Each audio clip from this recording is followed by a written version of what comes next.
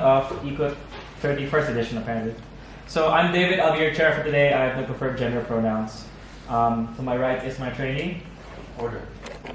Okay, so we have everybody's speaking order and pronouns that they choose on the board. It seems like we are doing the third motion. And that is, the third motion. So that is, this House believes that protest against the government in backsliding democracies, e.g. Hungary, the Philippines, Israel should be led by civil society leaders rather than members of the opposition. Calling this House to order, you call the Prime Minister. Sorry, this is a bit bigger.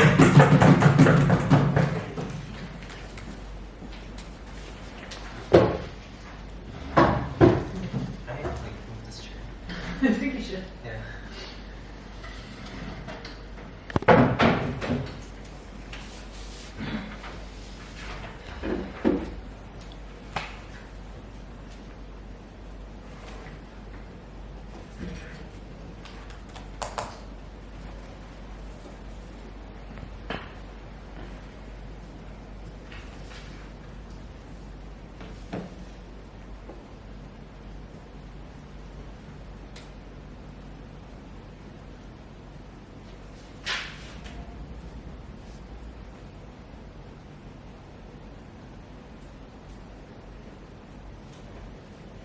Are the judges ready? Is the opposition ready? Starting my speech in 3, 2, 1. Starting with some characterizations. What do the backsliding democracies look like? Who are these civil society leaders? What is the purpose of protest in backsliding democracies? Let's start with the issue of backsliding democracies. I'd like to provide you with 3 layers of analysis. A, the system creates political dynasties. B, lack of power in the judiciary. C, geopolitical tensions. So let's start with the first issue. The system creates political dynasties, and that is the root of the problem in backsliding democracies. A, most backsliding democracies don't have term limits. B, there's censorship and control of media. Let's start with the first analysis. Right. Most backsliding countries, most backsliding democracies don't have term limits. Term limits serving as an effective checks for the executive and government authoritative, quote-unquote, democratic leaders. So most don't have term limits. Let's look at Israel. Israel, for instance, don't have term limits for its president. And even if they do have term limits in backsliding democracies, let's look at the Philippines, for example. It creates, even if they do, there's an incentive to create political dynasties ran by families with enough political clout and filled with capital in order to support their families, their sons and daughters. B, there's control of media, censorship, that creates flawed narratives of the democracy and the efficiency of pre-existing government systems that justifies authoritative leaders and authoritative political democracies, that creates a flawed image to the public perception and civil society to accept these leaders in the first place. B, moving on to the second characterization of backsliding democracies. There's lack of power in the judiciary. In a well-established democracy, the judiciary acts as an effective checks and balances to go against the executive or the legislative branch if they were to make authoritative decisions or if they were to act against the constitution or written statutes that defines the democracy. But the issue is, the judiciary in a backsliding democracy is reluctant to prosecute presidents because of the potential backlash, because of the justified control of the media and censorship, and the justification and the legitimacy that these public dynasties have through these flawed narratives of their public image. And because these countries and these democracies are comparatively new democracies compared to established democracies. So when it comes to these authoritative figures, when it comes to these authoritative systems that creates and justifies public dynasties, they don't really have precedents in order to actively go against this authoritative nature. Now, moving on, is geopolitical tensions that add on to the crux of the issue. These countries and these democracies, they're typically new democracies that are surrounded by new or non-democracy. Why is this the issue? Because there's more likely to be more conflict with neighboring states or within its own, which creates more division and turmoil. So the model that the government is trying to propose in this debate is that we are trying to create an opposition to change the system that is created by that created backslided democracy through civil society and its leaders. Now let's look at the purpose of protests in backslided democracies. What are we trying to do and what are the leaders trying to achieve? The purpose of protests in backsliding democracies is to pretty much enlighten the public figure, civil society, and the public population that the fact that the democracy is backsliding, that it's filled with corruption, and that there's lacks of checks and balances and unchecked power of these leaders. And why is this bad? Because, like I said, publicly elected figures and those in the majority branch control the media. It creates flawed narratives, such as those in the Philippines and Israel. Now, who are these civil society leaders, and what are they trying to accomplish? These simply prove the need and the necessity of civil society and well-functioning democracies. And why are they different from opposition? Because they're more likely to be motivated by a single agenda to actively criticize the pre-existing system that created the backsliding democracy. For example, and because of that, they're more likely to give criticism that's actually more meaningful than the opposition, and they're attention-driven. They're likely to pressure the government through external checks and balances, through carrying out protests and civil society movements. Now, I'd like to provide you with two arguments as the PM. So one, there are issues of members of opposition.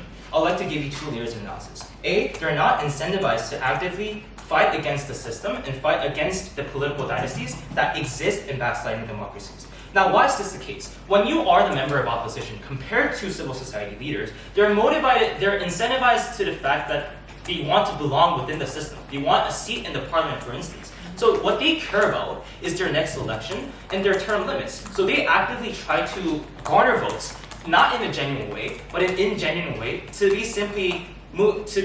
retain their seats in power. So they themselves already exist in a system that has failed and that has been the root of the problem in backsliding democracies. And why is this bad? It's bad because even if they do criticize the main government, even if they do criticize these political dynasties, they're less likely. Their criticism would be basically toothless, meaning that they're more likely to criticize public policies and agendas set by these political dynasties rather than the root of the issue, which was the system that allowed for these dynasties to be created in the first place. Now, B, when it comes to members of opposition, there are need for the public population to be politically aligned with these groups. So even if you are against the government, even if you are against the backsliding institutions, people cannot actively go against the government if, in the case when the opposition party does not really align to their political agenda. And this is the difference between civil society leaders and civil society, and that civil society is charged by a single narrative. So if you agree with that single narrative, you are more likely to join that movement against the system. Now, moving on to the second argument, the unique effectiveness of civil society.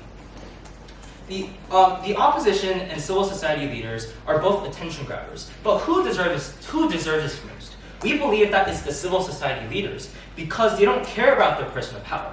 Even if because if they were to consider their personal power on top of single agenda, they would have already ran as the opposition government. But what they're more interested in is creating this narrative and creating this single agenda, and to simply be an attention seeking against the political dynasty, to simply tell them that we exist as a civil society, we exist as a collective that fights against the backsliding democracy and their political dynasty.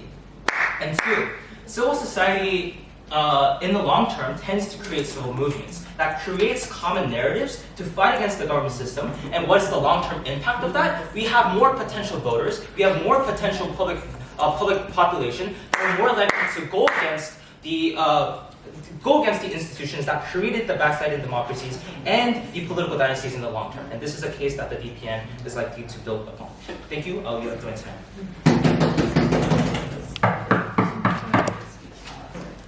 Thank the Prime Minister for their speech. We now call on the Leader of Opposition to continue this debate.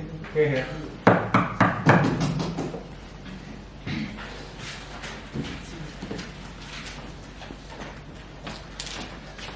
If you have a POI, please stand up or try to take one.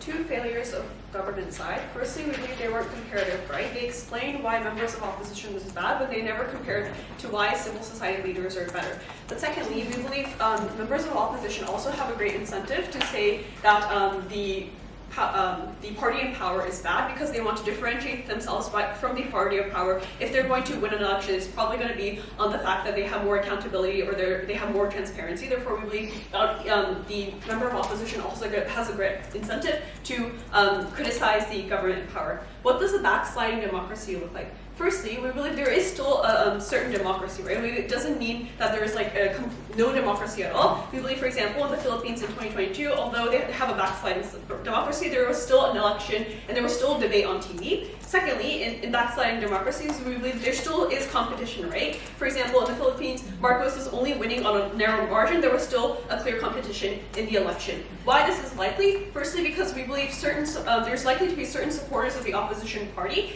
There's likely to be people who are dissatisfied with the status quo in the party in power, therefore they're likely to support the opposition party. But secondly, we believe that there is at least minimal freedom of press to spread this kind of ideas. We believe, although the national TV might be controlled somewhat by the party in power, at least we believe the opposition party gets exposure and are able to speak up.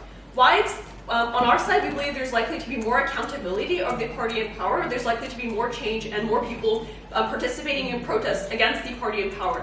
Why this is likely? Firstly, we have more exposure on our side. We believe on government side with people who are not in the party, people who are just not politicians, they need to protest on SNS. They don't have a national TV that is always broadcasting this, right? And why this is worse than not being on national TV. This is because not everyone, not many people are on a certain website or platform. They're probably the people are likely to be looking at different things.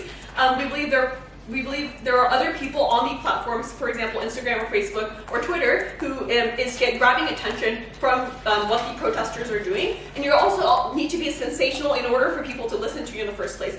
Comparatively, we believe opposition leaders will always be on national TV, right? At least in debates, at least during the elections, they're likely to get exposure on national TV because this is the most important part of the democracy. The media stations are likely to broadcast this. Why this is better? Because we believe most people watch the national TV because they consider it as an important source of media. This is what the government is doing, or this is what the government is thinking right now. They can get this kind of information from there. We believe that comparatively, compared to people compared to politicians, we believe that civil society leaders have less exposure. At least on our side, they have a platform to speak, and people can recognize your face. People can see you as a strong leader. Yes. So are they sensationalized, meaning that they're grabbing attention, or do they not get attention at all? Which one is it? We believe that it's harder to get attention because you have to sensationalize your media on your side. Secondly, we believe there's more stable sources of income or money, right? For NGOs or NPOs or civil society leaders, they need to collect money through getting social support. It's not clear whether you're able to get this money in the first place. We believe you need a lot of funding, and we believe that you have to spend a considerable amount of your time trying to get this funding in the first place. Comparatively, we believe these politicians can at least get paid from the government because they're politicians. We believe you're also likely to have interest groups that constantly support you to keep because if you're the opposition party, it probably means at least some part of the population is still supporting you, as interest groups are supporting you in the first place. Therefore, we believe more stable sources of income on our side. Thirdly, we believe that on our side, how the protests are going to succeed is very clear, right? On government side, we believe that it's unclear how these civil society leaders are going to actually change the government or change the politicians in power. Comparatively, it's clear that when you vote for the opposition leader and they can get into power, they can create structures, they can create laws or policies that support what the people or minorities currently want. We believe it's much clearer on our side how the opposition leader is going to succeed. Therefore, that is when people are going to support the movement. When it's not clear how the civil society leader is going to succeed, we believe people do not support the protest. Fourthly, we believe we have more information of corruption or more expertise on our side, right? We believe member of opposition leaders often know how the funds are used inside the government or how corruption happens or who is currently being bribed. More likely than civil society leaders. This is for two reasons. Firstly, because they're more proximate to the parties and the government in power, right? They probably are in the same place. They can probably overhear others. They probably look at the same information. They probably are able to access the government papers more faster than civil society leaders. Therefore, we believe they just have much more information to act faster. But secondly, we believe they're more likely to have expertise on political corruption, right? They probably, these countries probably have been in backsliding democracies for a long time. If they're an opposition leader, they probably understand the intricacies of what is happening. Comparatively, civil society leaders are likely to be people who may have worked at an NGO or NPO. They probably have expertise in other things rather than only having expertise and living your life as a politician. Therefore, we believe it's much more likely on our side that we have protests happen and people support the protests. The impact here, firstly, on our side, at least we believe that citizens can get more information, right? Because we have more exposure, because we have more stable sources of money where we can spread information about the government and power. We have more information about the corruption, the more details about the corruption. At least people on our side, or citizens on our side, can get more information. Secondly, it's more likely that people are going to be part of the protest, right? We believe this is because people are more sure that there's going to be change. When I vote to the opposition party, they may get more votes, therefore get more seats in the parliament and change. Whereas, what I explained, like civil society leaders, it's not clear. And also, we're likely to get more support because we have more money and power to spread our information. But thirdly, we believe the governments in power are likely to concede more, right? For example, if they're giving money to their family members right now, they're probably going to stop because they fear that votes are going to go to the opposition party, or if they have extrajudicial killings, they probably might put them in jail instead of killing them. We believe that it leads to more accountability and less violent acts by the parties in power. Very proud to oppose. We thank the Leader of Opposition for this speech. We now call on the Deputy Prime Minister to continue this debate. Here.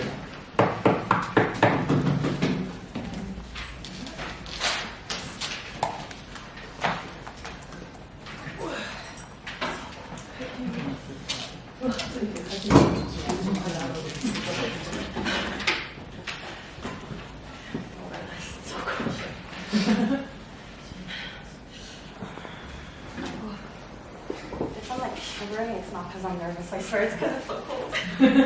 Trust me. Just give me a few seconds, it's so cold.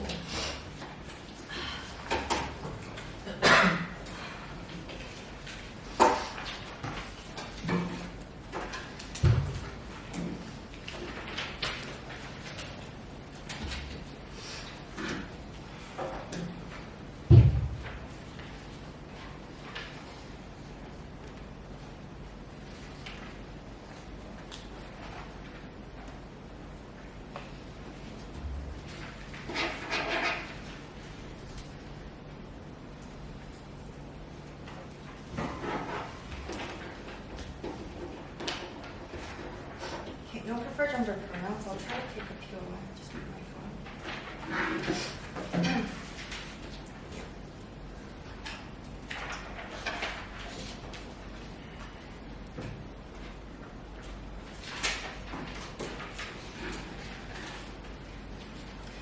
So civil society leaders have a harder job, sure, like they say, but the pursuit of it in itself could wake people up to government crimes and corruption, which is already principally superior, even if we say that they might be less efficient and might have a harder time, right?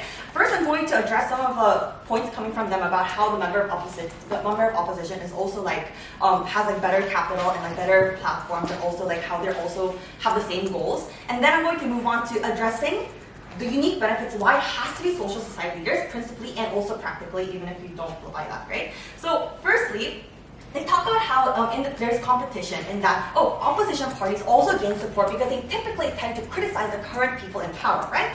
But realize that this support is not because of lack of checks and balances or the corruption inherent within the system, in the institution itself, but support them because we want to take down the current evil, right?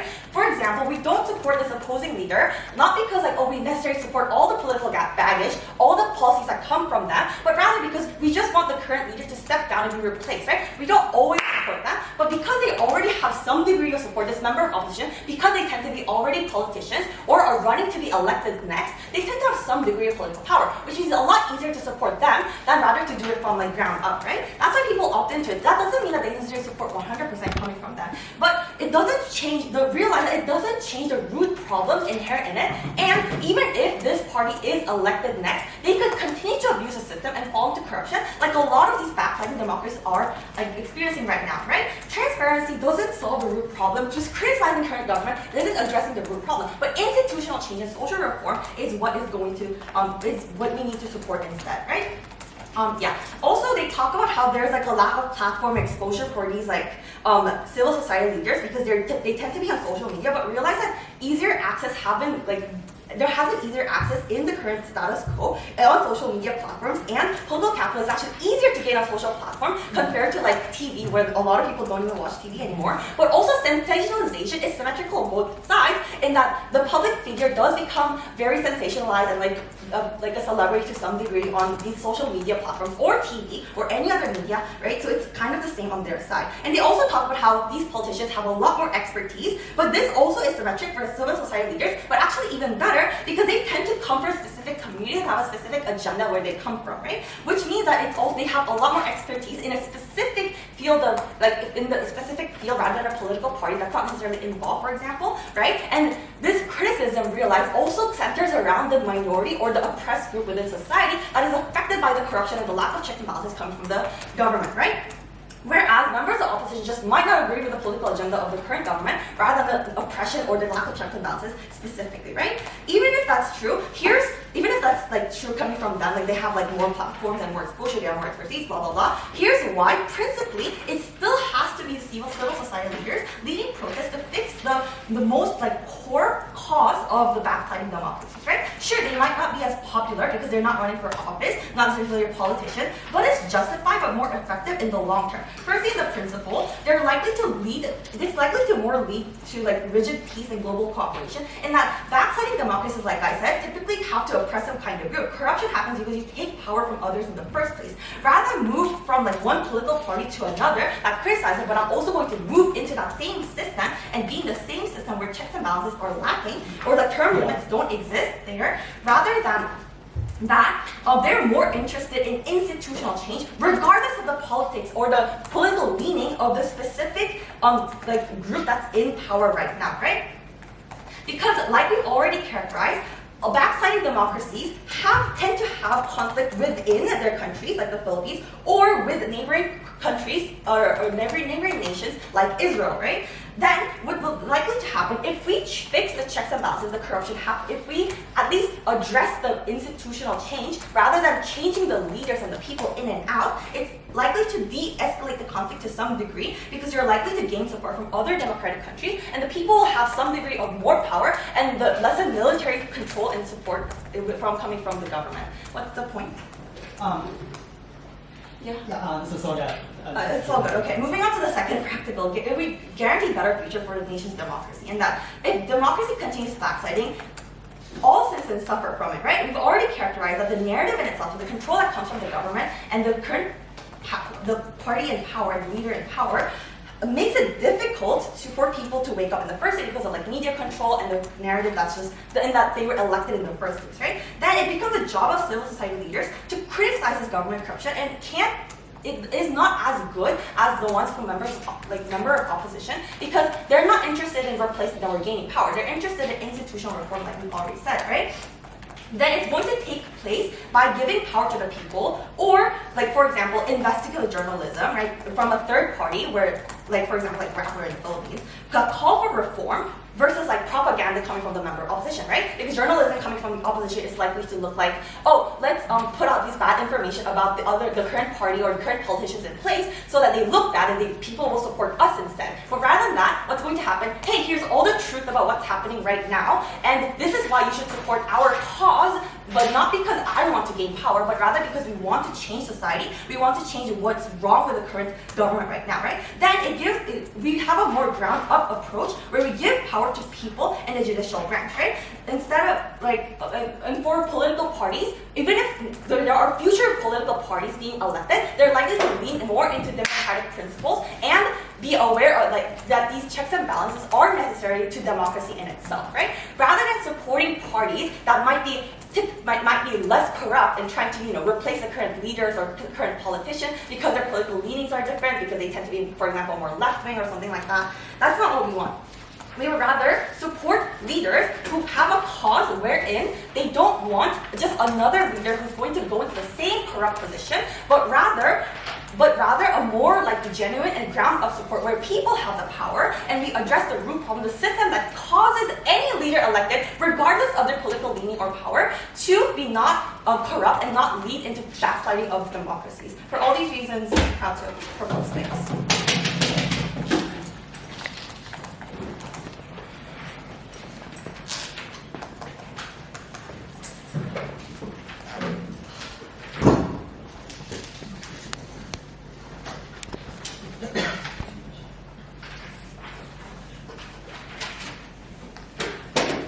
Okay, we thank the Deputy Prime Minister for this speech. We now call the Deputy Leader of Opposition to continue this debate. Here. For POI, just stand up or raise your hand and then I will take it.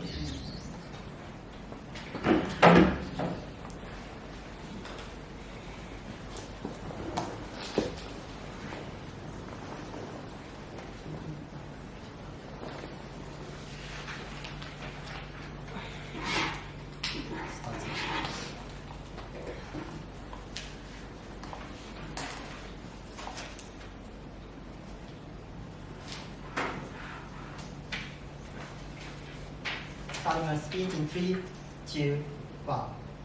I'm going to do two things in the speech. First, direct engagement to the Deputy Prime Minister and Prime Minister as well, and then engage with the most contentious clash within this debate, i.e. why the member of opposition will be able to galvanize citizen protests even more and increase accountability of the ruling party. The first, I have two call-outs to this side of opposition. First, they explain that the problem that we are talking about is always institutional. I don't think necessarily true. Some problems are still happening, but this is not necessarily institutional. For example, the increasing right-wing nationalism in Israel does not necessarily come from the institutional issue. The fact that they will call upon this and then some citizens support this is something that is happening right now. Or the extrajudicial killing in the Filipino is something that is not necessarily primarily come from the corruption issue or these sort of things. Just the fact that the Duterte has lots of power means that they will engage these kind of actions.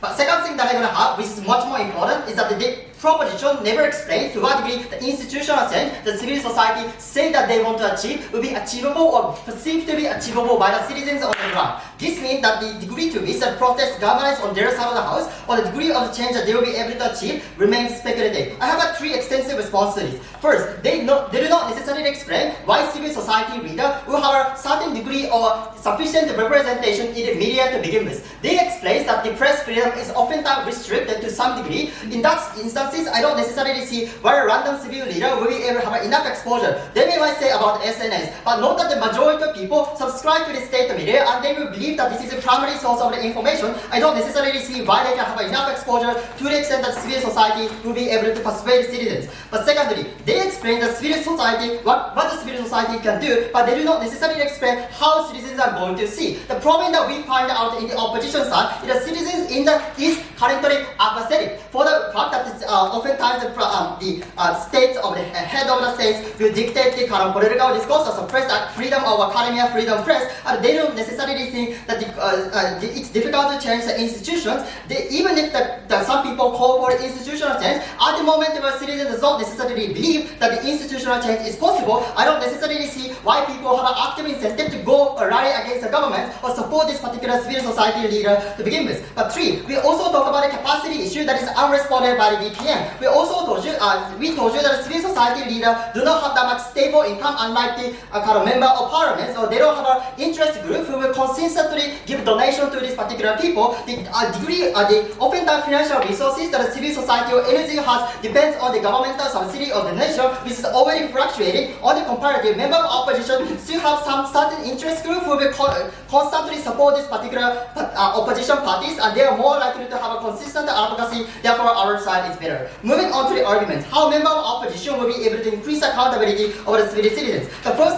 I'm gonna see the kind of incentive analysis of the member of opposition. They say that they are likely to cater to the kind of ruling party so that they will be able to have a more. My name is Naama. Pronouns she, her. Repeat always whenever you want to raise them is fine.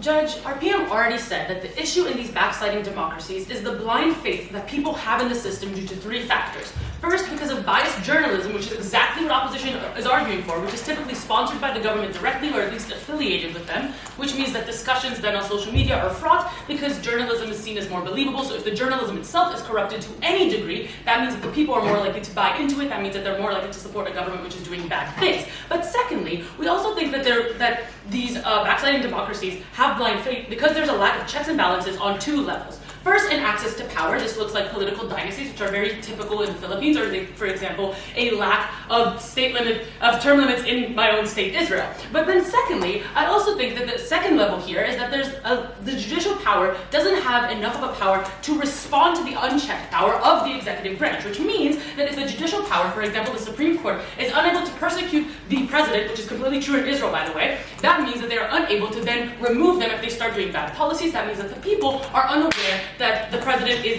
not invincible, right? Because if he's not being persecuted, that means he's probably not doing anything bad. So that contributes to the blind faith. But the third reason that there's blind faith is that people see in these relatively new democracies a comparative improvement from their historical position. This is true, for example, in Israel due to surviving the Holocaust. So then now at least we have our own state, we have our own people and things like that. And in the Philippines, going from post-colonial rule. This is true for most of these backsliding democracies because they see any sort of significant improvement as justification to continue in the route that they are going. That means that they are more likely to not engage into these protests. So then, what do we give you here? We think the protest must do 2 things. First, they have to change people's perception of the institution itself in order to gain critical mass, which then leads to 2, a change in institutions themselves so that democracies will cease to backslide, right? Notice that if people continue to have blind faith, they would first of all be backing pretty abhorrent policies and even war, as we see happening in Israel. Or secondly, they're not going to see the long-term fall of the country, which will be caused by 2 main reasons. First,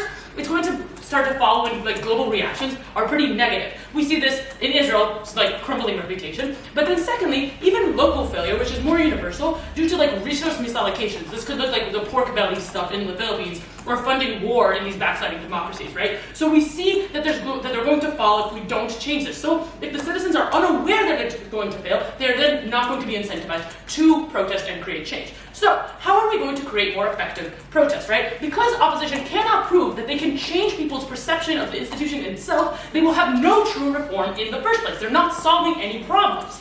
So even if there is all this competition, the degree of freedom of press and democracy, and even more effective protests, what is the delta? What is the change that they are going to chase under their side? What incentive do opposition members have to enact change in a society that approves of them because they elected them?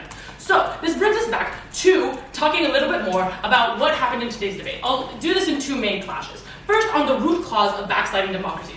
Opposition take this really weird stance by saying that the people in power are bad themselves, so if we just replace them, we'll solve this issue. This is the classic bad apple example, which is completely a fallacy. If this is true, that means that the future exploitation of the system is still a possibility once the opposition, if they get what they want, which is to be in power, if they achieve that, then they are still able to exploit the exact same systems that they are then criticizing. So long-term solvency is especially not guaranteed under their side of the house. Plus, a few bad apples went bad for a reason, right? This is likely due to a greed for power, which will then also tempt the opposition, which has already fallen for this because they were chasing electoral votes in the first place. In contrast, civil society leaders don't want to be part of the institution, therefore they are the best answer to them in the form of protest. Because we managed to create this delta, this change, we already managed to take this debate. But I'd like to talk a little bit more about how we have a more complex view of what is the root cause of backsliding democracies. We don't think that it's just because one person is bad, right? If Bibi is evil,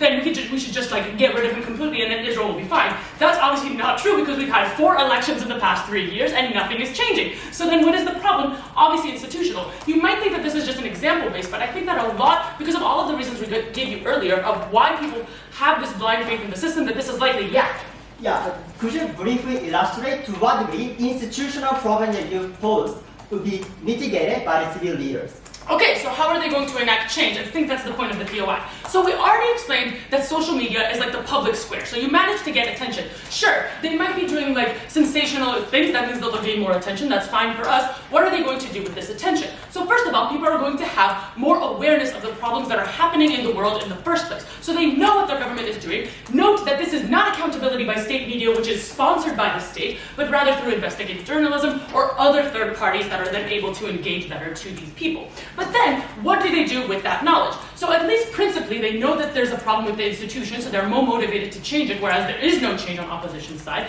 But then secondly, they might vote in people who are open to changing the institution itself, right? I already told you that civil society leaders probably don't want to be elected, but if they're trying to create reform change, they probably have people in mind who can create this change. Not that we don't necessarily have to prove, because this is a value judgment motion, that we are necessarily going to 100% like be able to like promise this, but at least we have any sort of like change in perception of A, the institution, and B, the country itself and what it's doing. So for example, if people are aware that there are war crimes happening, then they are able to respond to that better. Second clash then, on the purpose of the protests and their effectiveness. This is more engaging to DMO. I think that the effectiveness comes from A, the public square, which leads to using their democratic power to enact like lasting change. But I also think that opposition then think that the purpose of protests is to have like more accountability, and because these opposition members have more ability, they're able to create more change. Note that protests in the status quo are led by opposition members, so if they are effective, they would have already proven change, which is not true, right? So they haven't solved the root of the issue. I also think that the pursuit itself is worthy due to increased questioning of the system itself. I have 3 issues with opposition, which I think really like nail it home as a government win. First, they asserted that state media has like exposure and this debate would happen. But even if this is true, the incentive to support the government that funds them inherently restricts their freedom of press, meaning that they are unlikely to have like this really incredible like accountability that they're trying to assert. Secondly, they assert that the civil society leaders have no capacity to enact change. But I think that first of all, leading protests is probably not very pricey, and if it is, why must it only be accessible to those who are the richest? Note that social media is the direct answer to this because it is free. Third thing that they assert is that identity politics are likely with civil society leaders and thus are ineffective. Note that they are not trying to get voters, so their goal would not incentivize them to engage in identity politics. This means that it's in fact likely to be used by the opposition member exactly to gain more votes to push their toothless policies for power. For that reason, government.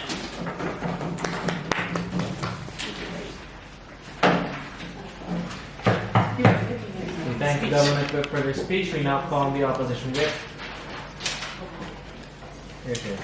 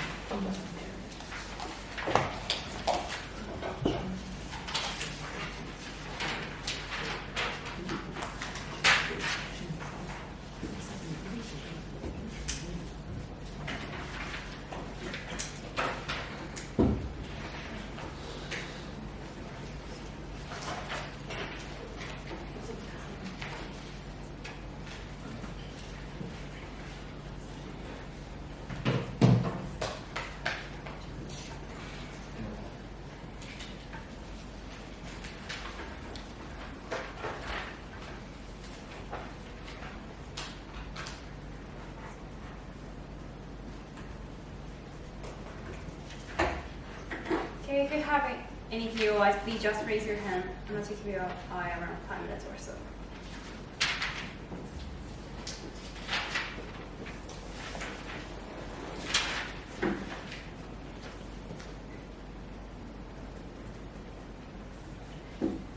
starting my speech in 3, 2, 1. 3 things in my speech. Firstly, what is counterfactual? What is our word? What will we be done well in our side of the house? And secondly, what is their counterfactual? Now, what is it that they mustn't defend? And thirdly, what is comparisons? Why we win this debate? So moving on to the arguments, I want to point out here how the affirmative really relies on the vulnerable reasons, which is the essence of sensationalization is like that. They never give us a mechanism why the social leader have the capacity to change the actually in their side of the house. Their analysis that is coming from the government was only about incentive reasons on the social leader how to really incentives to change, but never explain why they have the capacity to do so. Comparatively, in our side of the house, we clearly explain the politician have the incentive and the capacity to do so, and moreover, we explain how the people on the ground are encouraged to go to the poll, and moreover, how ruling party will be threatened in our side of the house. That's exactly the benefits on our side of the house we clearly explain at the end of the day. So moving on to the argument, what is our counterfactual? Their claim was that, corruption will happen, but I think that is definitely not true, because there are a couple of reasons. Firstly, the member of the opposition has really incentives to change this word in the first place. Why is that the case? Because there are two reasons. Firstly, they want to differentiate themselves from the party, another party in power to stay in power. In that situations, they can have really incentives to differentiate it from the really ruling party. In that situations, they have the incentives to go against the ruling party in this war. And moreover, even if these things will be materialized, that situation or that attitude in and of itself is really threat to the ruling party. In that situations, I think this incentive is really effective in this world. Moreover, even if they have explained, that is a really short-term incentive, but I think that is not the really effective rebuttals, because even if the incentive is really short terms, that situations will last, even if the members change. In that situations, the member of the opposition still have the incentives to go against the ruling party. In that situation, I think that those kind of change in the parliament will be materialized in our side of the house.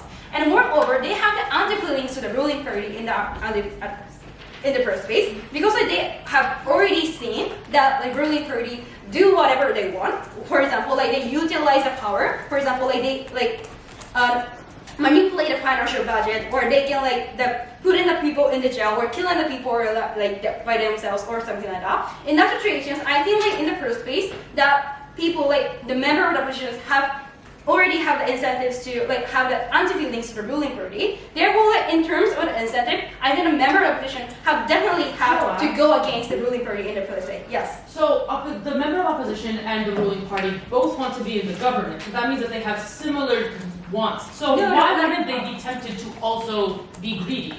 Same way. I think as I clearly explained to you, they have an incentive to differentiate themselves from that ruling party, because they also see as the politicians they already have the anti-feelings to the ruling party, because they can utilize the power as the ruling party, because that's why the member of the opposition have the really go against incentives to go against the ruling party in the first place.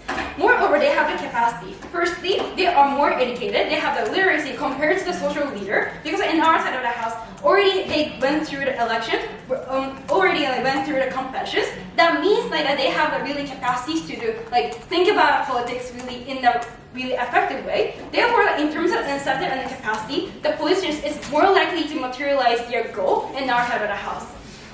Moving on to the second point. Secondly, they can achieve that change in the society by the social leader. Why is that the case? Because the social leader is likely to be privileged. Because in your side of the house, the social leader is likely to be have the really financial power, and moreover, they have likely to have the connection in the first place. In that situation, I think the social leader doesn't leading by the social leader doesn't mean that it is really democratic situations. I think why they need to explain why the social leaders have that really justifications to be the represented in your side of the house. And moreover, in the first place, energy or really social movements or social organizations is Firstly, that it can be the already and can also be the bribed in your side of the house. Therefore, the corruptions exist either way on your side of the house. And moreover, I really explain corruptions is unlikely to happen in our side of the house because like the police have the capacity and incentive to do so. Therefore, I think in your side of the house, rather corruption is more likely to happen in your side of the house. And moreover, NGO and NPOs also have the incentive to give power and recognition rather than to help people on the ground. In that situation, I think for these two reasons, I think the corruptions in the NGO and NPO is likely to happen in your side of the house. Okay, what is it that they mustn't defend? Firstly, I think in your side of the house, the social leader is going to be lead this multiple. I think the SNS in the first place is not exclusive reasons, and moreover, I think the content of the SNS is already manipulated. In that situation, I think SNS doesn't have the really power, and moreover, government regulated SNS already, such as India, such as China. In that situation, I think the SNS doesn't have the power as the government said. And moreover, I think the freedom of the policies, the dependence of the idea is not important because that is not true. Because there are two reasons. Firstly, as I said before, NGO can be also be the bribe in the first place. Therefore, they are in favor of the governments in the first place. In favor of something they are who are lobby to the organization in the first place. Therefore, I think in your side of the house, corruption also exists on your side of the house and more likely to happen in your side of the house. We explain the range of the harm. Firstly, no change in these situations. The people still lose the incentives to participate in the political work because they have already seen that lobbying or the corruptions in your side of the house. Rather, in our side of the house, we are going to arrive at a variety of the benefits. In our side of the house, more impacted, the citizens, it's more likely to be informed how the actual situation is, and moreover, they have more incentives to go to the poll, and moreover, in our side of the house, more likely to reach the change because the police should have capacity and incentives. That is a really important thing. And moreover, in our side of the house, we can't put the pressure on the party in the power. That situation is really important because even if that situation won't be materialized, that attitude or situations is in and of itself a threat to the ruling party. And very proud to oppose. No. We thank the op whip for your speech. We now call the op reply to continue this debate. Here.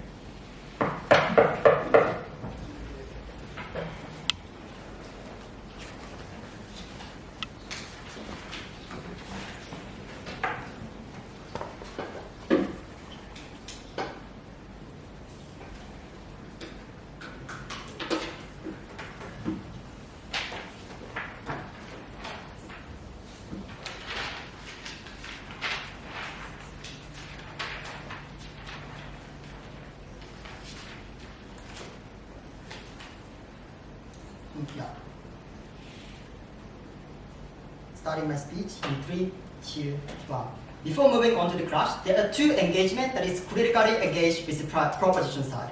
First, opposition whip clearly explains that why the incentive of the corruption or propensity to the corruption is at best symmetric. They said a civil society leader have an incentive to not engage with the corruption and they try to be independent. Not that they are still within the system of capitalism, therefore they might be engaged with the corruption. If we believe in the assertion that the member of opposition really want to engage with the corruption, they don't necessarily prove the comparativeness of their arguments.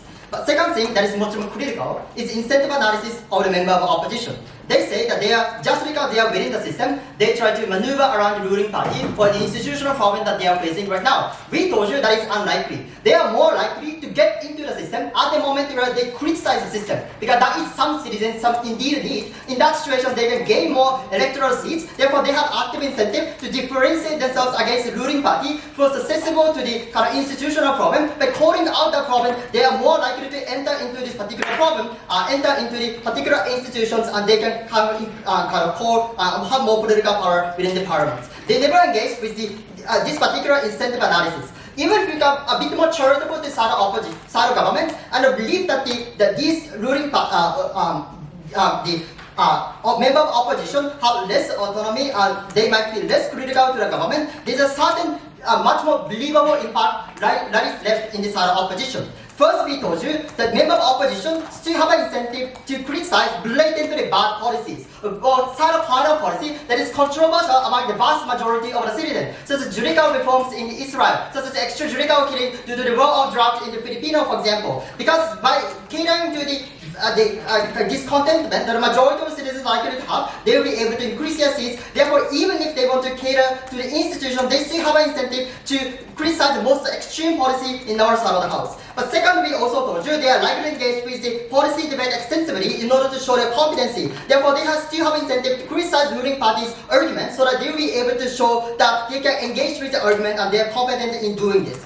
What's the minimum degree of impact that we can have in this particular debate? First is the degree of exposure, and we can aware of increased awareness among the citizens. The consensus here is that journalism is biased. Oftentimes, freedom of press is kind of suppressed in either side of the house. The critical question here is that in which actor can engage this kind of discourse even more. Civil society leaders do not have certain kind of places for the representation in the first place due to the reason the context we already emphasized. On the comparative, opposition party still have some kind of systematic representation. For example, campaigning in the elections, making a speech in order to do an electoral speech. There is a certain degree of the fixed time that is allocated to each candidate. This means that we can have a minimum degree of exposure constantly. That's the moment where citizens will be able to have a minimum awareness. Of course, not the problem of the institutional problem if we take the best case, but at least we can have a kind of much more awareness to the blatantly controversial policies and why this is something so bad, and the citizens more likely to have a sense of representation. But second minimum impact that we will be able to have within this debate is that the better articulation of the policies at the end, because these the civil society leader does not necessarily have extensive knowledge on the policies, that they don't have enough capital or capacity to do this. On the comparative, member of opposition engage these kind of policies in an extensive manner. That's the moment the ruling party will pressure to engage these kind of policies, even articulate why their policy is something so justified. And also there are a couple exclusive impact that is unrestricted by the proposition. First, citizens are likely to much more engage in this kind of protest to begin with. This is crucially important because more and more people rally against the government. That's the moment the ruling party try to change their action or try to stop the most extreme form version of the policies. Why this is crucially likely? In our side of the house, the ruling party or opposition people will have a clear picture how members of opposition can influence these people. Even the additional one seat increase threaten the power of the ruling party. Therefore, people more likely to support this for all those reasons. This is a clear opposition win. We thank the op reply for their speech. Now we call on the gov reply to close this debate. Here.